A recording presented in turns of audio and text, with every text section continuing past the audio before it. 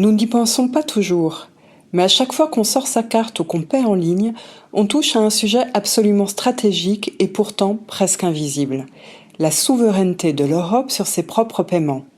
C'est un enjeu majeur pour notre autonomie économique et on va voir ensemble pourquoi. Pour commencer, un chiffre, 2/3. Les 2/3 de tous les paiements numériques dans la zone euro impliquent, au moins à un niveau, des acteurs non européens, américains pour la plupart. Concrètement, cela veut dire que la majorité de nos transactions de tous les jours, réglées de façon numérique, nos données et même les frais que nous payons dépendent de technologies et potentiellement de décisions prises bien loin de l'Europe.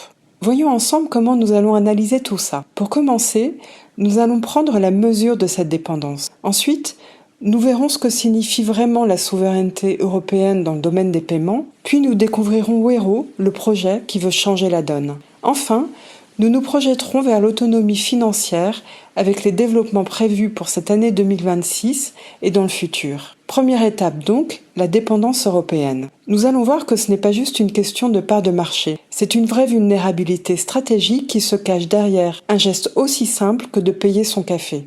L'Europe est coupée en deux sur cette question. D'un côté, il y a 14 pays qui ont leur propre solution de paiement nationale, mais de l'autre, il y en a 13 qui n'avaient jusqu'à présent aucune alternative. Rien d'autre que les grands réseaux de cartes internationaux. Cela dessine un paysage très fragmenté et une dépendance systémique en Europe. Pourtant, nous avons l'euro qui est une monnaie forte et souveraine. Alors où est le problème ? C'est une excellente question, parce que comme nous allons le voir, avoir la monnaie ne fait pas tout. Cela nous amène à notre deuxième point, la distinction capitale, cruciale, entre la monnaie et l'infrastructure qui la fait circuler.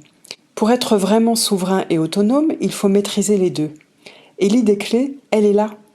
La souveraineté n'est totale que quand notre euro circule sur des autoroutes de paiement, des infrastructures qui sont elles aussi européennes. Un euro qui passe par des réseaux dont les règles du jeu nous échappent, c'est une souveraineté affaiblie tout simplement. L'Europe n'est pas en train de réinventer la roue. D'autres grandes économies mondiales l'ont compris bien avant nous et ont agi. L'Inde avec son système UPI, le Brésil avec Pix ou la Chine avec UnionPay.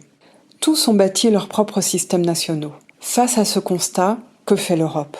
C'est ce que nous allons voir dans notre troisième partie. La réponse de l'Europe, c'est Wero. Wero, qu'est-ce que c'est ?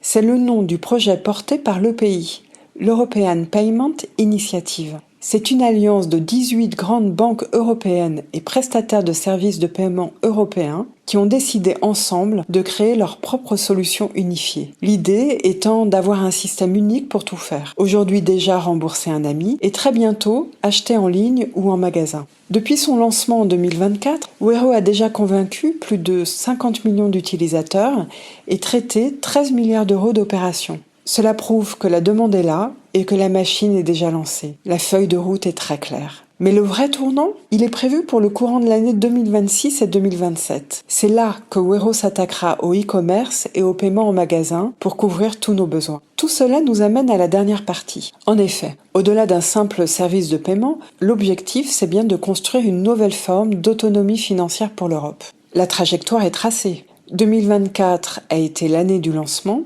2026 sera l'accélération avec de nouveaux usages et l'arrivée de nouveaux pays. Mais la vision va encore plus loin. L'idée est de créer des ponts, de se connecter avec d'autres initiatives nationales qui fonctionnent bien, comme Bizum en Espagne ou Vipes dans les pays nordiques. Ainsi, à terme, les pays couverts par Wero pourraient représenter 60% de toutes les transactions électroniques de l'Union européenne. Si on ajoute les différents partenariats, le réseau pourrait servir plus de 130 millions d'Européens.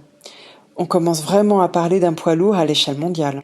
Les grandes avancées reposent autant sur les innovations que sur les infrastructures qui leur permettent de fonctionner et de prospérer. Et l'histoire montre que les acteurs privés en sont parfois souvent à l'origine. Ça a été le cas au XIXe siècle en Europe, avec les réseaux ferroviaires qui ont permis l'essor du chemin de fer que l'on connaît. C'est tout aussi vrai pour l'économie numérique et les infrastructures de paiement. La question finale est donc posée. 2026 sera-t-elle vraiment l'année de la transformation de l'essai ?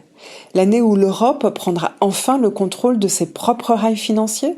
Au-delà des banques qui en sont à l'initiative, le succès de Wero et donc la souveraineté européenne en matière de paiement, dépendra aussi du choix de règlement que fera chaque citoyen, vous, moi, nous tous. Le défi est énorme, c'est certain, mais l'enjeu pour notre souveraineté économique, lui, l'est encore plus.